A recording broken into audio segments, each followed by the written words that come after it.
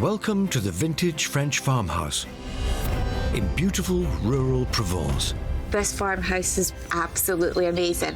where each day a trio of antique dealers go head to head I'm highly confident. Watch this, and now you are going to panic. Would you not buy him? in a battle to see who can make the most profit Let's do it. Come on, somebody beat 20 quid. by selling pieces sourced from France's finest second-hand markets. This is my kind of treasure trove. Now I need to go and find my Cinderella. But how will their skills translate to a different language? Where do you start? Merci beaucoup. Merci, monsieur. Je content. They'll then have one day to sell them online using their smartphones. Look at this. I just need one of those people to like it. Sold. It's yours. Bam, bam, bam. It's sold. Who will make the best deal? Did you sell it? No. We won't be dealers if we didn't take a gamble. It's all to play for. At the Vintage French Farmhouse.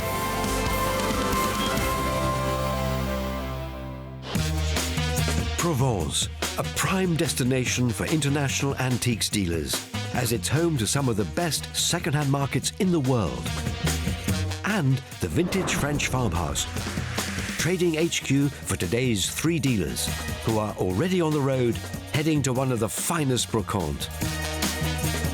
15 miles east of Avignon, the picturesque town of sur la Sorgue is known as the Venice of Provence. Once a fishing hub, the town now thrives on being the ultimate destination for antiques hunters. And at the weekly market, 3 dealers are ready to explore. Former artist Jo is a textile and ceramic fanatic. Her eye has helped her grow not just her business, but also a loyal following online. I chat to people all over the world. I'm here to sell, always. Taking a more traditional approach, if Ian isn't sweet-talking his way to a sale at his showroom or perfecting his website, he's hunting down the best bargains at auction houses and car boot sales. Traditional antiques have had a bit of a bashing over the years, and that's a bit unfair because they're now coming back. I think people are gathering senses again and realising what antiques are all about. And modern man Harry runs his empire selling exclusively online. He's always on the lookout for eclectic curiosities that appeal to his main client base in America. France has a plethora of different types of antiques that are right for me. Quirky, fairground, circus, trade site. So I'm well aware of what's available here. Are you excited to be here? Absolutely. Buzzing. Warning, this is the antiques capital of France. We got our work cut out here. We have. Yeah. It's going to be good. It's time for some serious searching, as Jo, Ian and Harry will need to find 2 standout pieces they can confidently move on within a day. Let's go. Do you think it's going to be expensive? Yes.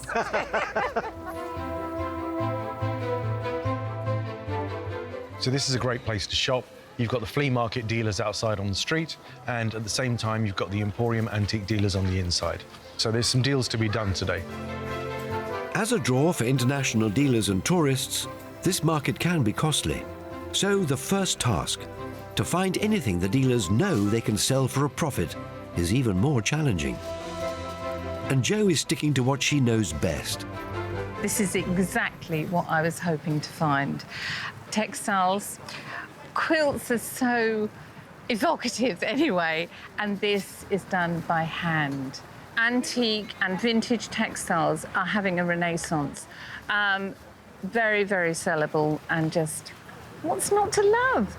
Jo's really getting wrapped up in this quilt. I have to have this. I cannot leave here without this. But knowing where I am, I'm fearful of the price, but let's go see what we can do. Pardon? Bonjour, madame. Ah, bonjour.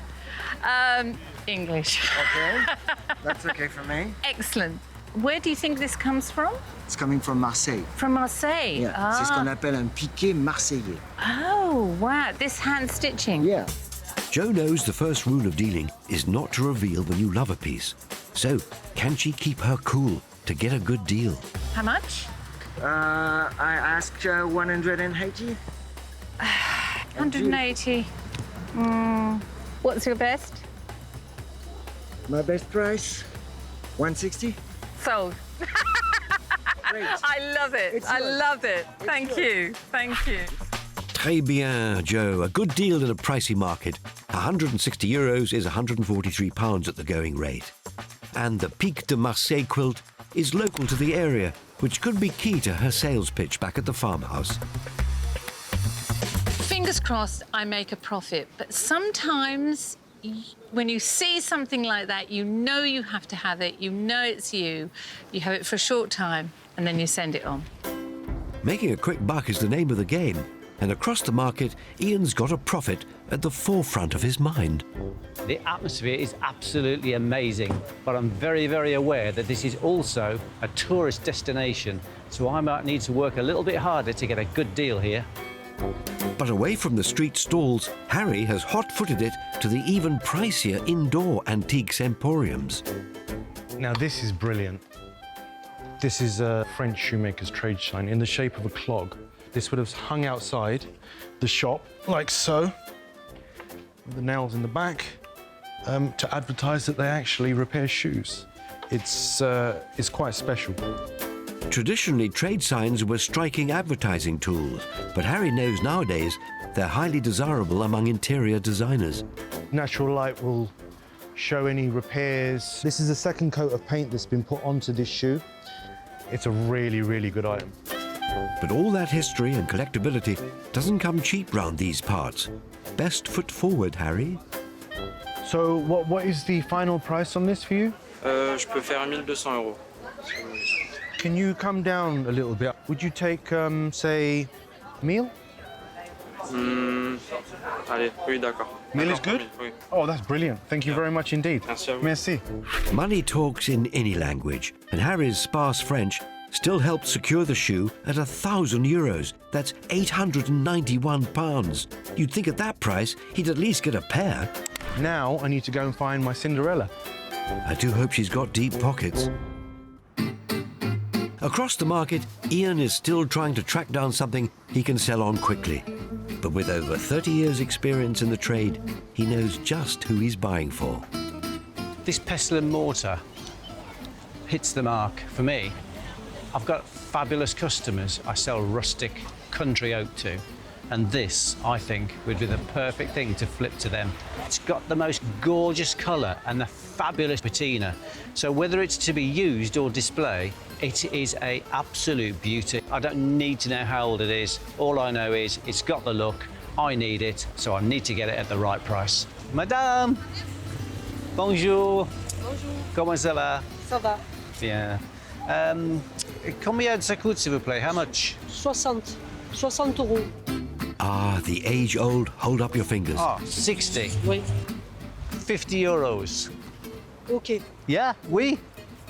Merci beaucoup, madame. De rien. Fantastic. Ian's ground out a deal at 50 euros on the mortar and pestle. That's 45 pounds for the kitchen accessory he knows is highly commercial. Super decorative. It's got function as well. You can use it to grind your spices, or you can just sit there and look at it in any contemporary or antique setting. The treasure hunting trio have all secured their first objects, but each day one of them will have the chance to challenge their fellow dealers to buy something specific. And today it's Joe's turn. Hey! Hey, how you doing? I'm fine. How are you guys? Good. Yeah, getting on well. Good, good. Here's your challenge. To buy something for a party, okay?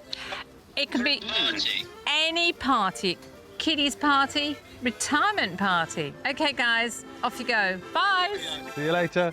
Who doesn't love a good party? Joe's invites have been sent out, and they all need to répondre, s'il vous plaît, with profitable party pieces to sell back at the farmhouse. This was a game rack, but now people hang these in kitchens for pots and pans. Hello, monsieur. Combien coûte, s'il vous plaît? 85. No. No. No? Too low? There's not enough meat on the bone for me on that one, but I'm going to have a look around his store, 'cause I think he's got some quite nice things.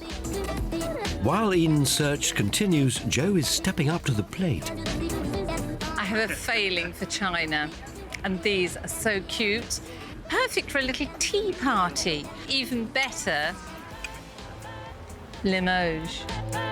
Limoges porcelain has been produced in France for over 400 years and can be valuable, depending on the age and condition. I'm not looking for perfection. Perfection's not for me. I like the gilt having been worn. They're well used, and I think there's a little chip on that one. And he's got 24 euros for the 8. Labels in this market can often mean a fixed price, but expert dealer Joe is ready to haggle. I love these plates, but 3 are cracked. 5, really good. Remember that poker face, Joe? So you have 24? For all. For all. So if I offer you 20? 22. Oh, come on. There's 3 cracked. 20. Okay. Yes! Merci. Joe's first to the party with 8 side plates costing just 20 euros. That's 18 pounds. But with some damaged pieces in the collection, could she struggle to find a buyer and dish up the return she needs? 20. Thank you. Merci. Thank Merci you. à vous. Thank you. I love your look. Thank you. Thank Vous n'êtes pas mal non plus. I wish I knew French. Take it from me, Joe, you've sweet-talked your way to a deal there. I confess, I was quite charmed by the dealer who sold me the plates. He was lovely. That's all very well, but will they make you a profit? I know that those pink floral side plates will sell. Elsewhere, Ian's dead set on making a big impression with his potential party piece. I've just honed in on this oversized urn, and this is an absolute stunner. The colour and the finish and the glaze are absolutely the business, but the size is even more impressive. So I'm going to need to find out how much it is and how much I can get it for. Urns are historically decorative memorial pots for ashes. Not exactly the kind of party Joe might have had in mind. But it's your funeral, Ian. Quel âge? How old? Ça, c'est... Yeah, 1880. 1900, voilà. Yeah, Ouais, c'est ça. yeah, late 19th century. La mère prix. 200. C'est un bon prix. Possible? Non. Cash. Wise move, Ian. Let the money do the talking. Bon, allez, OK. OK. Bon. Ça, c'est un bon prix. At 180 euros, he's bagged the urn for 160 pounds. But I wouldn't be celebrating just yet, Ian. This, to be honest, would be fabulous as a wine cooler for a party, so I've just ticked the box. Ian and Joe are both ready to party, but Harry is still hoping to beat them at their own game. This is a typical French mid-20th century, a pub game. It's still got its original backing on there as well. And just for good measure, there's some darts thrown in. Highly decorative and really, really nice. I think this is going to be perfect. What else to bring to a party but a game? Don't celebrate a bullseye just yet. You can still see all the marks of all the people that have missed the target, which makes it quite fun. It's just so authentic and beautiful with this patination. The retro French pub game could be a winner for Harry, if he can bring it in on target. So you want 250 for this? Yes. Can you do it for 200? OK. 200 is good? Oui. Brilliant. Thank you very much. Harry thinks he's scored a winner at 200 euros. That's almost 180 British pounds. Still a lot of money for a dartboard. I think we're going to be able to definitely get a buyer for this item in a day. It's not just for someone that likes games, it's someone who's looking for a piece of decorative art to just put on their wall. It's quite a diverse piece to sell. Items purchased and packed away, It's back to Farmhouse HQ, where our dealers will need to work their magic online. Not before they sneak a peek at the competition, though. So, what I have here is a 19th century French shoemaker's trade sign. That looks very nice. It is quite nice, actually. Yeah, for how much? That's what we want to know. I paid £891. Whoa. Way! That's weighty. That is. That's actually, for what that item is a pretty fair price. Is it? It is indeed. Okay. I'm very, very confident with that piece. This is a mid-20th century French pub dartboard. I love it because not only is it functional, you can take it to a party, you can put it on your wall if you can't count. Yeah, I'll accept it into my challenge. Well, let's hope you hit the bullseye then. And textile queen Jo is confident she's on target with her finds. Ta-da! Ooh. Isn't that Joe? It's very you. That I is have so to say. Joe. It is quite delicious. That quilt is just stunning and hand-stitched. How old is it? And cotton. Probably 100 years old. Very nice. And I know will fly and I'll make a good profit. And for her next party piece, You know me. Sophisticated, classic, charming, an afternoon tea party. Who are we talking about? So, you need beautiful Limoges china plates. And that is what they are. There's a couple of chips I will give you. Not on the plate. Yes. I'd rather have chips than cucumber sandwiches. Jo might not be laughing when she sees what kind of party Ian is planning. Okay, I'm looking The at pun an you are. urn. What, where's that in a party? Imagine Yeah. lots of guests. Yeah. Ritzy party, Yeah. home party. As long as they're like a bottle of champers, you know where I'm coming from. Ice, bottles, it's the perfect wine cooler. I have to say, it's stunning. It's a biggie. Yeah, it's It's me. a biggie. It is a big That's lovely. Well done. Think of a French, antique, carved, a rustic, vernacular, if you like, pestle and mortar. I like that. Very easily placed Yeah. item in a kitchen, Yeah. which is very in vogue. Good day. Yeah, very Absolutely, good day. yeah, Good fun. buys, right? Yeah, good fun, Excellent. definitely. We'll have fun with this. Harry has cobbled together a high deal at the market and is hoping for victory when it comes to counting the profits. Jo's confident that she's onto a winner with a hand-stitched quilt, but a modest spend for some damaged plates could prove costly if she wants to sell the whole collection. Keeping his clients in mind, Ian cooked up 2 great deals at the market and already has the champagne on ice if he comes out on top. I think we'd better get going. Shall we? Yeah, let's do it. Let's do it. The dealers are off to photograph their French buys. Harry, Jo and Ian may well be used to traditional trading back in the UK, but at the farmhouse, they're relying on the power of social media to give them immediate access to thousands of potential buyers. I like to buy as much as I can and fill the website, but I'm also very keen on using social media and popping it on platforms, get it out there to as many people as possible. In the past 5 years, online revenues in the UK have increased by nearly 60%, so internet sales are big business, and the dealers will have to be creative about how they advertise their wares in a digital world. I've got a nice clump of rosemary, which is absolutely stunning. It smells gorgeous, and it's going to look beautiful against the wood of that pestle and mortar.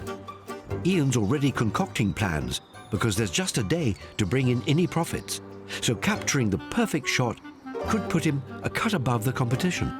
It's really, really sunny outside, so I've come into the greenhouse because this diffused glass on the roof is making the lighting atmospheric for my pestle and mortar with the rosemary. It looks perfect. I'm going to put this immediately on Instagram. The pictures online are just literally going to ping when people are scrolling through. I'll probably put it on Etsy as well. It's got that home living feel, especially now I've pictured the rosemary in there. So I think those are the perfect twosome. Harry and Jo have spent a fortune on their pieces, but at the end of the day, I've got the more commercial piece, and I think mine is a definite seller, and it's going to sell quick.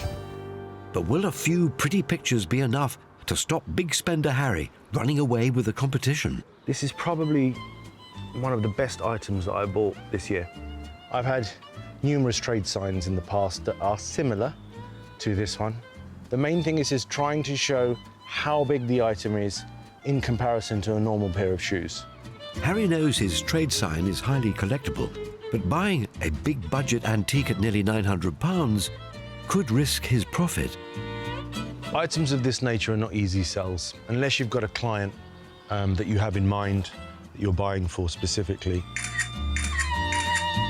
It's a social media thing. It's going to have videos, it's going to have captions, and then I'll put it onto a number of online shops.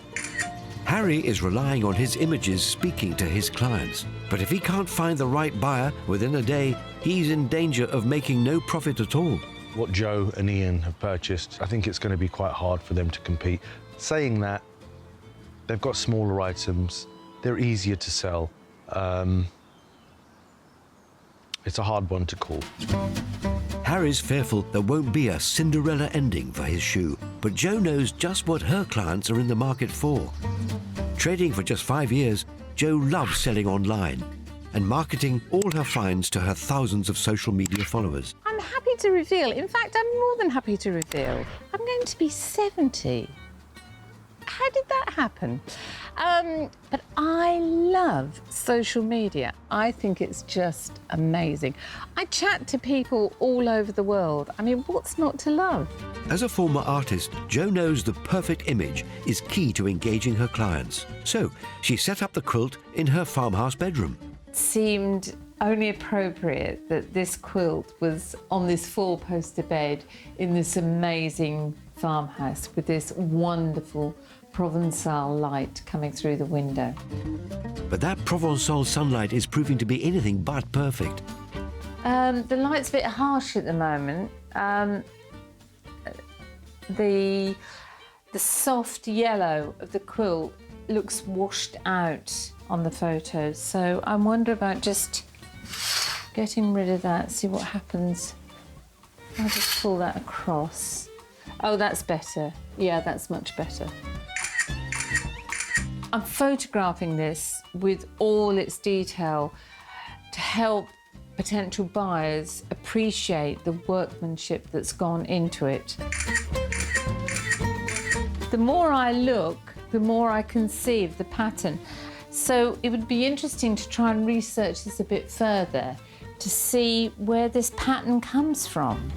Wise move. That could be highly beneficial for Jo's sales pitch. So she's calling experienced auctioneer Simon to try and find out more. Simon!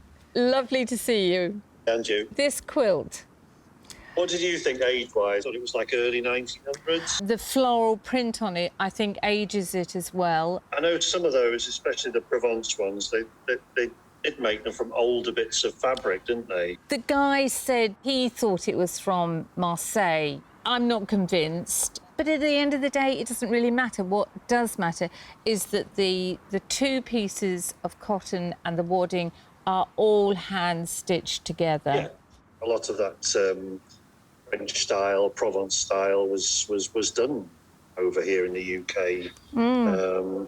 You know, because of its popularity, wasn't it? Yeah. But you've obviously got, you know, a proper French example. It's lovely. Simon is convinced the early 20th century quilt is authentic, but the real question is, how much is it worth? I was thinking maybe like, what, 300 to 500, something like that. Yeah. I don't know where that falls in with your thoughts. Yeah. But, lovely thing. I think you bought really, really well. Right. Thanks ever so much. You take care now. Bye. Yeah, and you. Facts gathered and photos taken, Harry and Ian can join Jo in the workshop, where supplies are available to get their buys ready for sale. What were you doing with your scissors? Well, there's just a few little threads that have come loose from the hand stitching, and I'm just snipping them off very carefully. I had the opportunity to chat to Simon about it, and we talked about the hand stitching on it, and the difficulty of aging items like this, you know, which are made primarily by hand. Why is all the stitching like patterned across the thing and not just around the edges? It might be that it's from a particular area in Provence, or it just might be something that somebody has done just and as a made style. up. One's a winter colour, the other one's a spring, isn't it? It is. Oh, I must write that down. Yeah, you can have that. You're not supposed to be helping the competition, Ian. I'm loving the look of that. Do you like it? Oh, I do, I do. Imagine this straight out of a French farmhouse. Pestle and mortar, grinding all those fabulous herbs, cooking French cuisine. Oh, I can smell it over here. That's useful both from a practical point of view, but as a decorative piece. Yeah, I think you made a wise choice there. I think so. Yeah. Nice thing. Harry, I know what it is, but what are you doing to it? Not much. With this item, the less you mess with it, the better. Yeah. Someone who's going to want this is purely going to want it for its purest factor. Do not touch it. Because it's got a big crack along here, hasn't it, Harry? It's got damage across here. It's best to leave it because it's got the old riveted nails in there and they go onto the inside. So you can actually see the construction of how someone's tried to repair it. Wonderful. Which actually adds to the... it's the history. You reckon you can sell that in a day?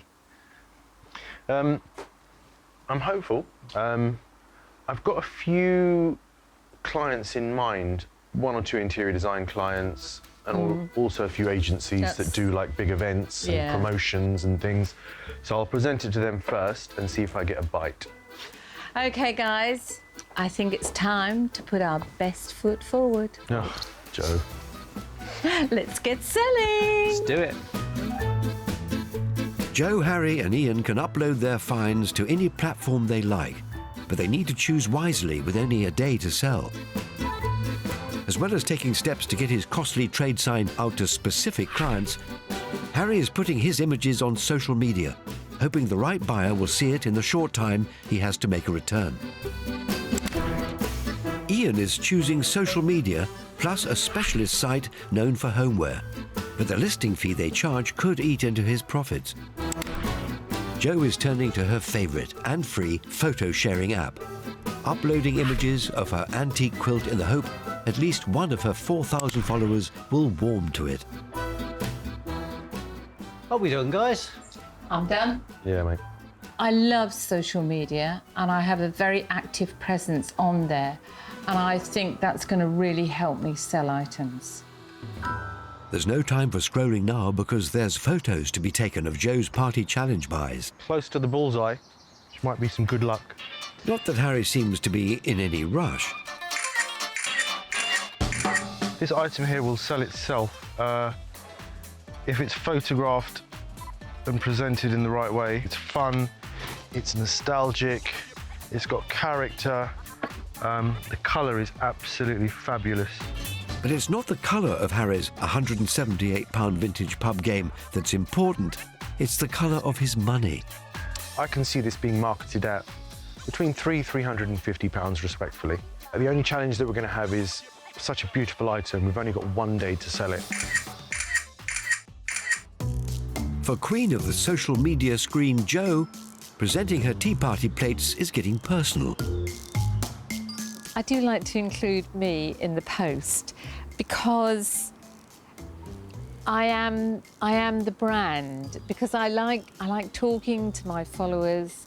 I like taking them with me wherever I go. We have an interaction, and me being part of it is part of the story. And to capture her orchard portrait, Jo's in need of a glamorous assistant. Ian, I need you to take some photos of me, darling. Oh, for goodness sake. I'm going to charge next time. It could cost more than that, Ian. There's a competition at stake. I need you to photograph me in my best light and my best side. Yeah. Get yourself seated then. Normally I charge for this, so just remember. I'm going to hold one of my plates up. Let me just check what you've done. For God's sake, you missed my face! Oh, that is just awful. A new hat! You're fired. No, not quite fired, Hyde.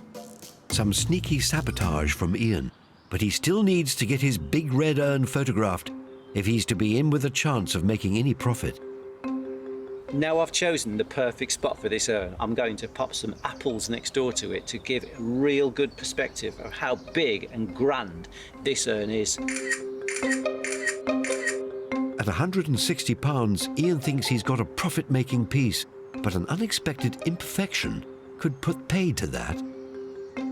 As an experienced dealer, we can all get caught out. And I have to say, when I bought it back here and took the price label off it, I discovered underneath the price label was a little bit of an imperfection in the glaze. I'm not really too fussed about it because the overall appearance of that is just absolutely stunning and it just overtakes any damage at all. Ian now has to face the music and show potential clients any flaws on the urn. This could put the substantial price tag he'd planned at risk. I'm going to put 275 on it, and that gives me a little bit of wiggle room, but I think it's going to go really well. Let's face it, there's a challenge here, and if I don't meet that challenge and win it, then I'm going to be seeing red. Before Ian boils over, it's back to the workshop for some final prepping and preening before the dealer's party pieces hit the online market. I love the challenge because I love a party.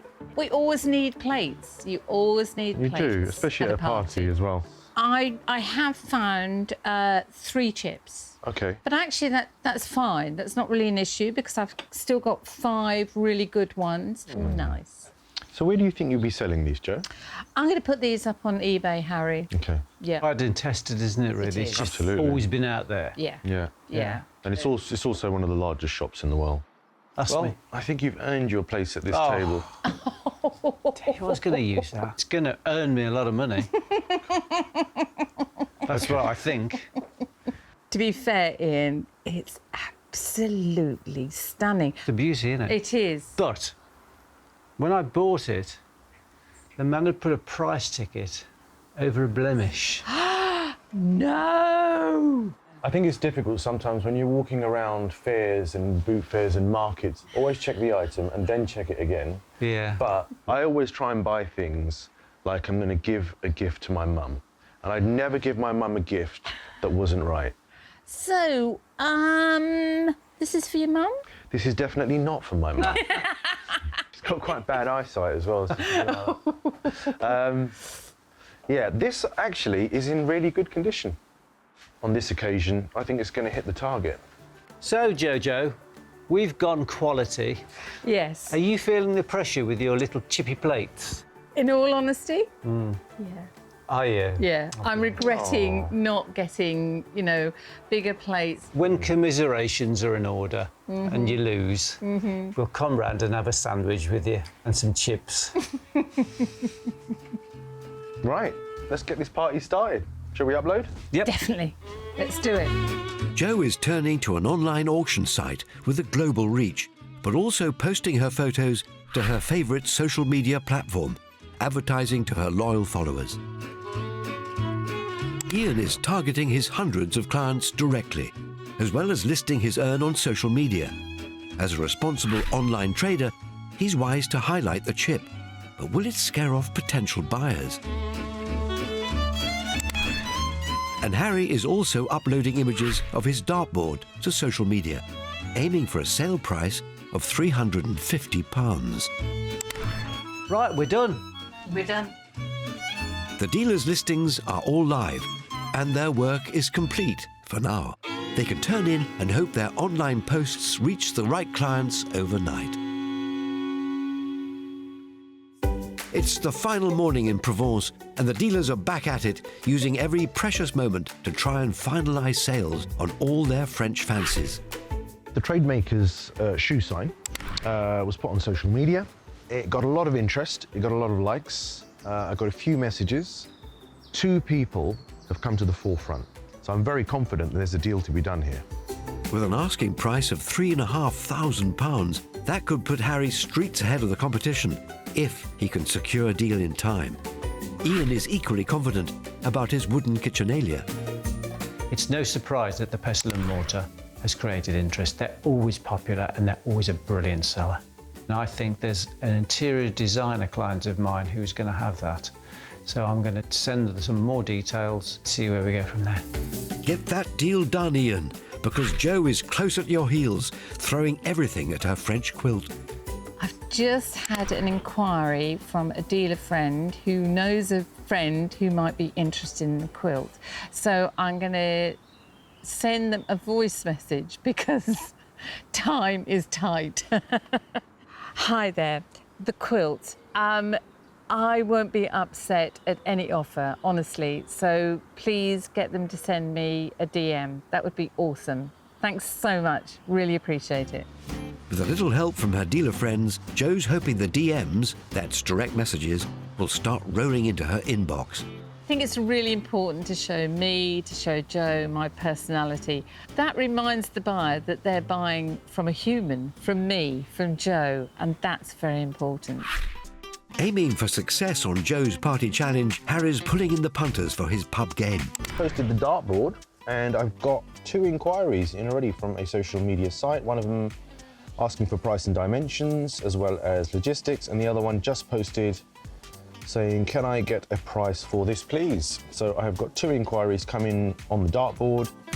Inquiries are great, Harry, but it's offers you're looking for, and Jo has been totting them up for her tea party plates. For the Limoges plates, I've had 2 offers, but they were too low.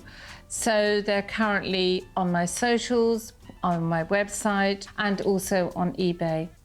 I might well go back to the people who made me an offer to see if I can move them on. Ian took some photos of my Limoges plates. Perhaps that's why they haven't sold. I'll have words with him. Ian's sneaky tactics may have worked with Jo's plates, but he's not celebrating with his chipped red urn yet. The urn, being a big item, needs to be shifted. It's on Instagram now, but I'm going to give it a boost and pay to see if it can reach more people out there. Boosting his social media post means Ian's photos could reach potential buyers who may not normally see his images, but it comes at a price. It's going to cost me £10, and £10 will reach between 570 and 1,500 people. It only takes one buyer to turn the red urn into a competition winner. Hopefully, that will be all the help it needs to beat Jo and Harry. The selling window is nearly closed, and the table is set for the trio to compare profits. But Harry's shoe has had a last-minute chance at a deal with a high-end events buyer. Basically, we're shopping for an event that's going to be happening over in America. I fired my client a couple of screenshots that I saw from your stories and your posts, and they very much like the piece and think it's going to fit in with the aesthetic of the rest of the event. So that's brilliant. It's going to be a conversation around, obviously, price. I pitched that at you at 3.5. What has your client got a budget? Do you have something? I mean, how does that sound to you? Ideally, we'd be looking something around sort of maybe the 2.5 mark. What I'm happy to do as a goodwill gesture, I'd like to meet you middle, so halfway.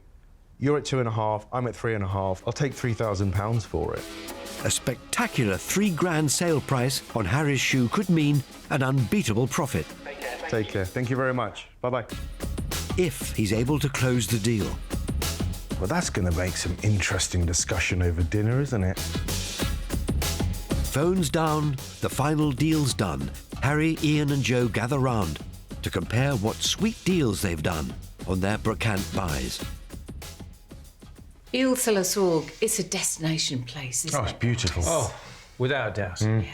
Yeah. Those antiques.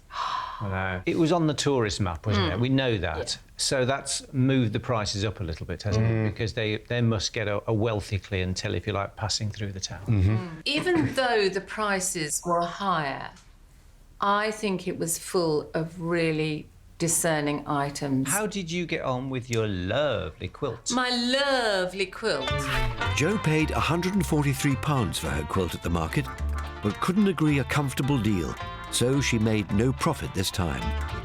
Simon suggested between 300 and 500, and I thought, right, let's go for a quicker sale, so I priced it at 295. It's very reasonable. I think it's very reasonable, but hey-ho, not to be, not its day. That mortar and pestle is very commercially. It is. Very, very sellable. It was a safe buy, but Yes. a good buy, I think. I think so. Ian's wooden kitchenalia cost him just £45, and he sold it to a regular client for £135. That's a £90 profit. Did you have to grind out the sale? I did. Oh, Oh, Harry. few puns left. Somebody had to do that one, didn't they? The big shoe, Harry. The big shoe. Whilst you guys were in the kitchen preparing this lovely dinner, I was actually on the phone to the client trying to close a deal. Well, don't keep us in suspense, Harry. I sold it for £3,000. Wow. Wow.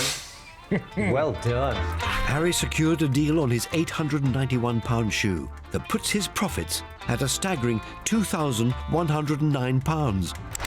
Excellent. Did they collect shoes? They had the other shoe and they wanted this one to go with it. Seriously? Oh. You're a one, you are. Harry's shoe sale puts him strides ahead of the others, making it hard to catch him with any of their party challenge takings.